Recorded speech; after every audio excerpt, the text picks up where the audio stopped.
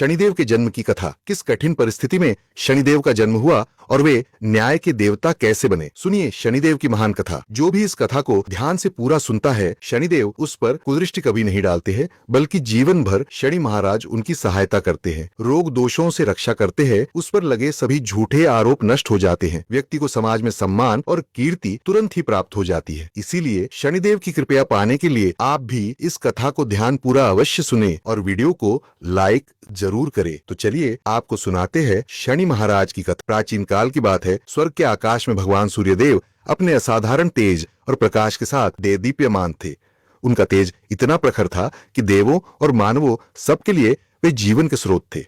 सूर्यदेव का विवाह विश्वकर्मा की पुत्री देवी संज्ञा से हुआ था। संज्ञा कोमल स्वभाव की थी और पतिव्रता थी, परंतु सूर्यदेव के तेज को सह पाना उनके लिए दुष्कर होता जा रहा था। सूर्यदेव के प्रकाश और ताप से संज्ञा दिन प्रतिदिन अधिक व्याकुल रहने लगी। सूर्यदेव अपने तेज में मग्न थे, लेकिन संज्ञा मन ही मन बहुत विचलित थी। एक दिन सूर्यदेव ने संज्ञा से स्नेहपूर्वक पूछा, देवी, तुम इतनी चिंतित और थकी थकी सी क्यों दिखती हो? संज्ञा में साहस नहीं था कि वह सूर्यदेव से अपनी व्यथा को कह सके, परंतु मन में वह लगातार सोच रही थी कि सूर्य के तेज को कैसे सहन किया जाए या कम किया जाए। समय के साथ संज्ञा ने सूर्यदेव के 3 संतानों को जन्म दिया। 2 पुत्र वैवस्वत मनु एवं यमराज और 1 पुत्री यमुना। मातृत्व के बावजूद सूर्य की प्रचंड तपिश उन्हें सताती रही। अंततः संज्ञा ने एक कठिन निर्णय लिया। उन्होंने निश्चय किया कि वे तपस्या द्वारा अपनी शक्ति बढ़ाएंगी या ऐसा उपाय निकालेंगी कि सूर्यदेव का तेज किसी प्रकार कम हो सके। लेकिन बच्चों को छोड़कर तप करने जाना सरल नहीं था। एक दिन देवी संज्ञा ने निश्चय किया कि वे अपनी छाया को अपने स्थान पर छोड़कर कुछ समय के लिए संसार से ओझल होंगी। तभी संज्ञा के शरीर से धीरे धीरे एक परछाई प्रकट होने लगी। यह संज्ञा के ही समान स्वरूप वाली स्त्री थी, जिसका नाम संज्ञा ने प्रेम पूर्वक छाया रखा। छाया वास्तव में संज्ञा की ही संवर्णा प्रतिछाया थी। संज्ञा ने छाया को विनम्रता से कहा, हे छाया, तुम मेरा रूप लेकर सूर्य देव की सेवा करना और बच्चों का ध्यान रखना। जब तक मैं लौट ना आऊं, तुम ही इनकी माता और मेरी प्रतिनिधि बनकर रहना। छाया ने विनम्रता से सिर झुकाकर उत्तर दिया, आप निश्चिंत रहें देवी, मैं आपके धर्म का पालन करूंगी। परंतु यदि कोई समस्या आई तो? संज्ञा ने गंभीर स्वर में कहा, यदि कोई बड़ी विपत्ति हो तो मुझे स्मरण करना, मैं तुरंत उपस्थित हो जाऊंगी। किंतु ध्यान रहे, सूर्यदेव को हमारे अंतर की भनक न लगे। छाया ने वचन दे दिया। इस प्रकार संज्ञा अपनी जीवंत छाया को घर और परिवार की जिम्मेदारी सौंपकर वहां से प्रस्थान करने को उद्यत हुई। संज्ञा छिपते छिपाते अपने पिता विश्वकर्मा के घर पहुंची। पिता ने अकस्मात बेटी को द्वार पर देखा तो चकित रह गए। विश्वकर्मा ने कड़क आवाज में पूछा, बेटी, तुम यहां बिना सूचना क्यों आ गई? पतिगृह छोड़ना अक्षम्य है। व्यथित संज्ञा ने उत्तर दिया, पिताश्री, सूर्यदेव के तेज से मैं अत्यंत पीड़ित हूं। उनकी अनंत प्रताप ज्वाला में मेरा जीवन दुस्सह हो गया है। मैंने आपकी आज्ञा बिना ही घर छोड़ दिया, यह मेरा अपराध है। किंतु मेरे स्थान पर मेरी छाया मेरे पति और बच्चों की सेवा कर रही है। विश्वकर्मा यह सुनकर क्रोधित हुए। उन्होंने समझाया कि पति को बिना बताए त्यागना और पिता के यहां आना धर्म के विरुद्ध है। विश्वकर्मा ने आदेश दिया कि संज्ञा तुरंत अपने पति के पास वापस जाए। संज्ञा ने पिता की डांट तो सुन ली, पर मन में ठान लिया कि सीधे सूर्य के पास नहीं लौटेंगी। उन्होंने निश्चय किया कि पहले अपनी क्षमता बढ़ाने हेतु कठोर तपस्या करेंगी। फिर देवी संज्ञा वहां से चुपचाप निकल भागी और उत्तर कुरु के घने जंगलों में जा पहुंची। अपने रूप लावण्य के कारण किसी उपद्रव से बचने हेतु संज्ञा ने वहां एक घोड़ी अश्विनी का रूप धारण कर लिया। घोड़ी के रूप में देवी संज्ञा ने सूर्यदेव के तेज को सौम्य बनाने के उद्देश्य से कठोर तप आरंभ कर दी। वह घोर तपस्या में लीन हो गई। सूर्योदय से सूर्यास्त तक अनवरत ध्यान, ना दिन में अन्न ग्रहण, न रात में विश्राम। संज्ञा का एकमात्र लक्ष्य था कि उनकी तपोशक्ति से कोई ऐसा समाधान निकले जिससे सूर्यदेव का तेज शीतल हो या उन्हें सहन करने की शक्ति मिले। उधर संज्ञा के महल से अचानक गायब हो जाने पर भी सूर्यदेव को जरा भी आभास नहीं हुआ कि उनकी वास्तविक पत्नी वहां नहीं है। छाया ने बड़ी कुशलता से संज्ञा के स्थान पर स्वयं को ढाल लिया था। वह संज्ञा के समान ही बोली चाली और व्यवहार करती, बच्चों की देखभाल करती और सूर्यदेव की सेवा करती थी। सूर्यदेव प्रसन्न चित्त थे कि संज्ञा अब पूर्व जैसी परेशान नहीं लग रही।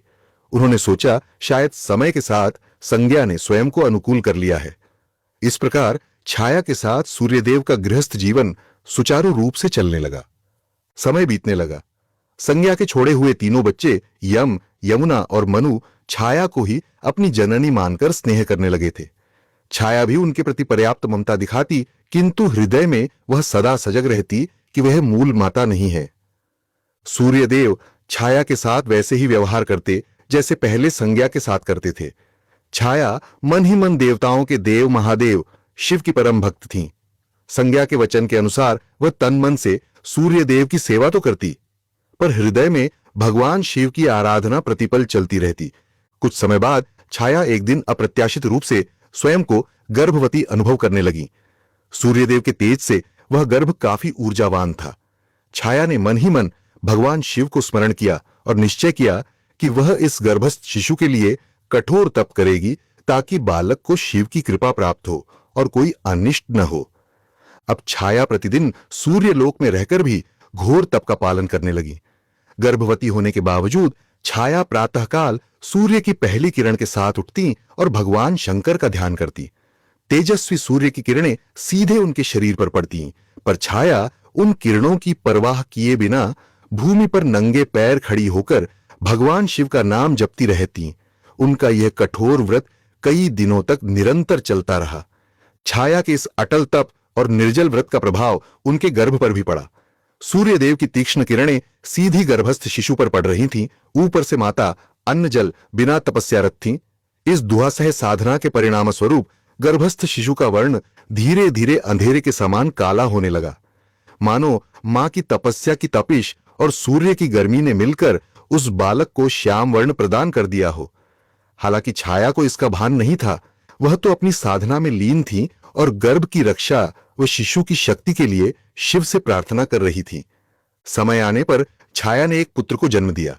उस नवजात बालक ने जन्म लेते ही झोर की क्रंदन ध्वनि के साथ अपनी उपस्थिति दर्ज कराई। यह बालक औरों से भिन्न था। उसका शरीर एकदम श्याम काला था, आंखें तीक्ष्ण थीं और मुख पर अजीब सा तेज था। सूर्यदेव को जब समाचार मिला कि पुत्र का जन्म हुआ है तो वे प्रसन्न हुए और उत्सुकता पूर्वक शिशु को देखने आए। जैसे ही सूर्यदेव की दृष्टि बालक पर पड़ी, उनका मुख आश्चर्य और असमंजस से खुला रह गया। ये क्या है? इसका रंग इतना काला क्यों है? सूर्यदेव के मुख से अनायास निकला। नवजात शिशु का श्याम वर्ण देखकर सूर्य को आश्चर्य हुआ और तुरंत ही उनके मन में संशय के बादल घिर आए। उन्होंने मन में सोचा कि उनकी तेजस्वी रक्त सेना वंश में ऐसा काला बालक कैसे जन्म ले सकता है। पल भर में प्रसन्नता क्रोध में बदल गई। सूर्यदेव की भ्रुकुटी तन गई और आंखें लाल हो उठीं। छाया उनके मनोभाव समझकर घबरा गईं। उन्होंने शांत स्वर में समझाना चाहा, हे देव, बालक का वर्ण संभवतः मेरे कारण श्याम हुआ है। गर्भावस्था में मैंने कठोर तप किया, भोजन भी नहीं किया। शिशु पर शायद उसी का प्रभाव पड़ा है। पर क्रोध में अंधे हो रहे सूर्यदेव पर छाया की बातों का कोई असर नहीं हुआ। सूर्यदेव एक कदम आगे बढ़ाए और गर्जना करते हुए बोले, झूठ मत बोलो। तुम्हें लगता है मैं अज्ञानी हूं? अवश्य ही यह मेरा पुत्र नहीं है। निश्चित ही तुमने मेरे पीठ पीछे कोई छल किया है। सूर्यदेव ने भरी सभा में अपनी पत्नी पर पराये पुरुष से संबंध का घिनौना आरोप लगा दिया। छाया यह सुनकर सन्न रह गई। उनके नेत्रों से अश्रुधारा बह चली। उसने हाथ जोड़कर सूर्यदेव को विश्वास दिलाने की चेष्टा की। स्वामी, ऐसा अनर्थ मत कहिए। मैंने सदा आपकी सेवा की है, आपका अनादर कभी नहीं किया। यह बालक आपका ही अंश है। लेकिन सूर्यदेव क्रोधांध थे। उन्होंने दासी सेवकों को आदेश दिया, इस स्त्री को और इसके काले बालक को महल से दूर ले जाओ। मैंने इसे अपना मानकर भूल की। सूर्यदेव ने नवजात को स्वीकारने से इनकार करते हुए छाया को तिरस्कार पूर्वक त्याग दिया। अपने ही पति के मुख से ऐसे कठोर वचन सुन छाया को मानो वज्रपात सा हुआ। उनकी आंखों से आंसू बहने लगे। उधर नवजात शिशु, जिसे अपमान का पूरा आभास तो नहीं था, लेकिन मां के हृदय विदारक रुदन ने उसे व्याकुल कर दिया। वह भी जोर जोर से रोने लगा। तभी सूर्यदेव ने क्रोधित नजरें उस बच्चे पर डाली। उनकी आंखों में अब भी संदेह और घृणा थी। आश्चर्यजनक रूप से उसी क्षण बालक ने रोना बंद कर दिया और धीरे से अपनी आंखें खोल दी। उस शिशु की कोमल आंखों में अचानक एक भीषण अग्नि सी दैवी ज्वाला प्रकट हुई। यह बालक साधारण नहीं था, वह जन्म से ही तपस्विनी माता की शक्ति लेकर आया था। उसने अपलक अपने पिता सूर्यदेव की ओर घूर कर देखा। जैसे ही शिशु की क्रोधित दृष्टि सूर्यदेव पर पड़ी, सूर्यदेव तीव्र पीड़ा से चिल्ला उठे। उनकी स्वर्णकांत देह मानो कोयले सी काली पड़ने लगी। उस दग्ध दृष्टि का प्रभाव इतना भयंकर था कि सूर्यदेव का संपूर्ण शरीर काला पड़ गया और उनका तेज मंद होते होते अंततः बुझसा गया। चारों ओर अंधकार छा गया, मानो सूर्यास्त के बाद अंधेरी रात उतर आई हो। सूर्यदेव के रथ के घोड़े भी एकदम थम गए। सूर्य का दिव्य रथ आकाश मार्ग में रुक गया। इस अप्रत्याशित घटना से संपूर्ण सृष्टि में हाहाकार मच गया। दिन में ही तमिसरा अंधकार फैल गया। प्राणी भयभीत हो उठे। देवताओं ने चिंतित होकर इधर उधर देखना शुरू किया कि सूर्यदेव को क्या हो गया है। सूर्यदेव अत्यंत व्यथित थे। उनका उज्जवल स्वरूप नष्ट हो चुका था और उनके अश्व आगे बढ़ने को तैयार न थे। उन्हें तभी अपनी भूल और कठोर शब्दों का आभास हुआ। अंधकार में घिरे सूर्यदेव को अपनी गलती पर ग्लानि होने लगी। वे समझ गए कि जिस बालक को उन्होंने ठुकराया है वह साधारण नहीं बल्कि अत्यंत शक्तिशाली है। अपने अपमानित पुत्र और पत्नी को देख उन्हें एहसास हुआ कि क्रोध में उन्होंने अक्षम्य कार्य किया है। विवश होकर सूर्यदेव ने आर्त स्वर में त्राहि पुकार लगाई, हे महादेव, मेरी सहायता करें, मुझसे भारी भूल हुई है। सूर्यदेव की करुण पुकार सुन समस्त लोकों के स्वामी भगवान शिव तत्काल प्रकट हो गए। एक दिव्य ज्योतिपुंज प्रकट हुआ और उसके मध्य भगवान शंकर अपने वृद्ध मुद्रा में प्रकट हुए। त्रिशूल और चंद्रमा को धारण किए नीलकंठ भगवान शिव के दर्शन पाकर सूर्यदेव, छाया और वहां उपस्थित समस्त दास देवता हाथ जोड़कर नतमस्तक हो गए। छाया ने शिशु को गोद में उठा लिया था। अब वह बालक शांत था। उसकी आंखों में अपने आराध्य शिव के दर्शनों से एक उज्जवल चमक थी। भगवान शिव ने पहले अपनी आंखें बंद कर लीं और ध्यान द्वारा संपूर्ण घटना को देखा। फिर उन्होंने कठोर स्वर में सूर्यदेव से कहा, हे सूर्यदेव, क्रोध और अहंकार में आकर तुमने अपनी पत्नी छाया और अपने नवजात पुत्र का बड़ा अपमान किया है। तुमने छाया के चरित्र पर संदेह करके अन्याय किया है। सूर्यदेव लज्जा के मारे सिर झुकाए खड़े थे। शिवजी ने आगे कहा, यह बालक वास्तव में तुम्हारा ही पुत्र है। इसका वर्ण श्याम इसलिए है क्योंकि गर्भकाल में छाया ने कठोर तपस्या कर मेरी उपासना की और तुम्हारे तेज को बिना किसी संरक्षण के सहा, जिससे बालक का रंग काला हो गया। इसमें छाया का कोई अपराध नहीं, बल्कि प्रशंसा योग्य धैर्य है। सूर्यदेव ने कांपते हुए स्वर में उत्तर दिया, हे महादेव, मुझसे भारी भूल हो गई। मैंने क्रोधवश इन दोनों को बहुत कष्ट दिया।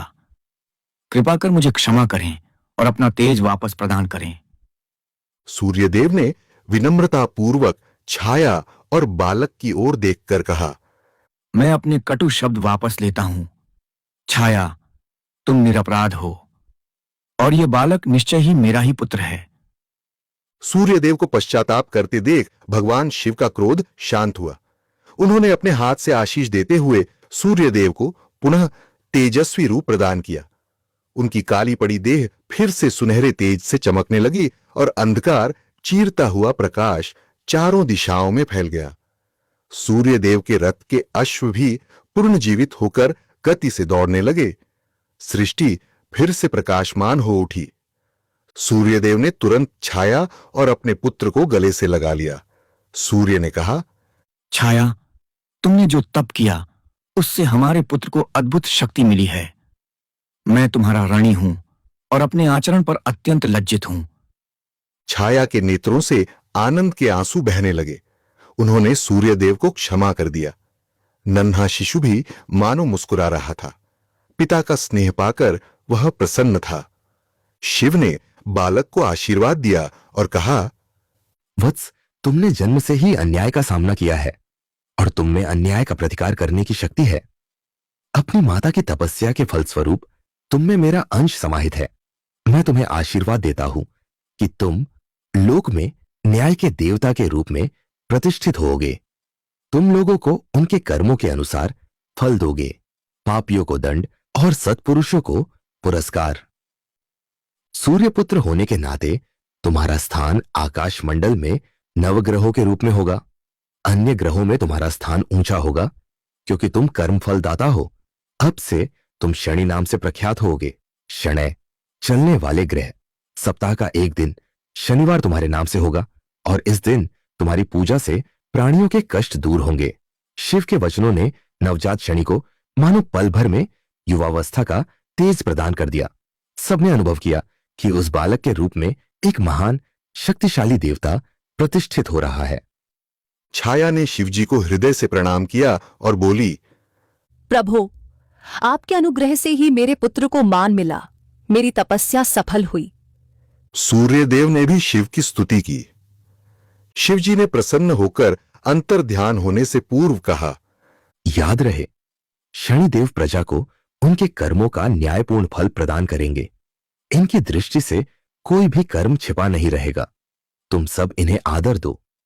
वहां पर उपस्थित जनों ने जय शनिदेव, जय सूर्यदेव और हर हर महादेव का उद्घोष किया। शिवजी अंतर ध्यान हो गए। इस प्रकार छाया के तप से उत्पन्न श्याम वर्ण बालक शनि को भगवान शिव के आशीर्वाद से नवग्रहों में प्रमुख स्थान मिला और वे जगत के कर्म फलदाता न्याय के देवता बने। कालांतर में जब असली माता संज्ञा अपनी तपस्या से लौटी, तब समस्त परिवार में पुनर्मिलन हुआ। सूर्यदेव ने भी अपनी गलती से शिक्षा पाई और सभी संतानों को समान स्नेह दिया। शनिदेव अपने पिता सूर्य, माता छाया तथा जगत पिता शिव के प्रति पूर्ण भक्ति भाव रखते हुए अपने कर्तव्य पथ पर चल पड़े। वे न्याय के कठोर किंतु निष्पक्ष देवता के रूप में प्रसिद्ध हुए। गलत कार्य करने वालों पर उनकी दृष्टि टेढ़ी जरूर होती है, परंतु भक्तों एवं धर्मपरायणों के प्रति उनका हृदय दयालु है। आज भी हिंदू धर्म में शनिदेव को ऐसा ग्रह माना जाता है जो प्रत्येक प्राणी को उसके कर्मों का उचित फल देता है। शनिदेव की कथा हमें सिखाती है कि तप, धैर्य और भक्ति से प्राप्त शक्ति से अन्याय का अंत संभव है और ईश्वर के न्याय में प्रत्येक कर्म का फल अवश्य मिलता है। तो दोस्तों, उम्मीद है आपको शनिदेव की यह कथा पसंद आई होगी। वीडियो को लाइक जरूर करें और कमेंट में जय शनिदेव अवश्य लिखें।